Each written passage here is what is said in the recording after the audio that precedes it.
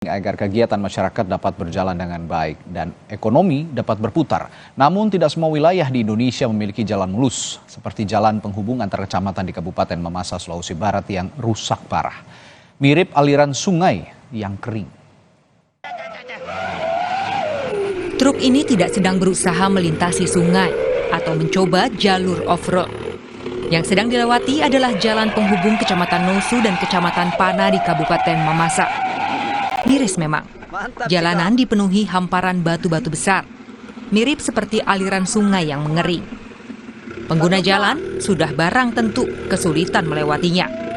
Tak sedikit pula yang terjebak di tengahnya. Belum lagi, kendaraan berpotensi alami kerusakan jika melihat kondisi jalan yang ada. Apalagi, jika hujan deras turun, jalanan akan semakin parah.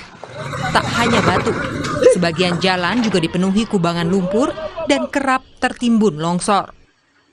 Tapi apa boleh buat? Hanya ini, jalur yang bisa ditempuh lantaran tak ada akses lain menuju kampung halaman mereka. Menurut warga, jalan sepanjang 30 km di pegunungan Sulawesi Barat ini sudah rusak bertahun-tahun dan kerap luput dari perhatian pemerintah meski berstatus jalan strategis Provinsi Sulawesi Barat.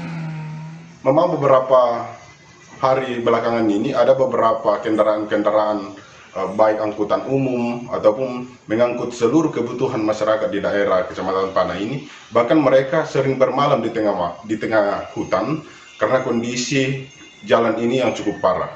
Jalan Nosu Pana ini betul-betul menjadi urat nadi kebutuhan masyarakat di daerah Tandalangan, terkhusus daerah Kecamatan Pana. Kami berharap ini akan menjadi fokus perhatian kepada pemerintah Provinsi Sulawesi Barat dan pemerintah Kabupaten Mamasa itu sendiri. Warga berharap agar pemerintah provinsi hingga pusat segera memperbaiki jalan. Bukan saja untuk menghilangkan penderitaan warga, tetapi juga untuk memberikan kelancaran jika situasi darurat terjadi. Edwin Arwanpitu, Kompas TV, Polewali Mandar, Sulawesi Barat.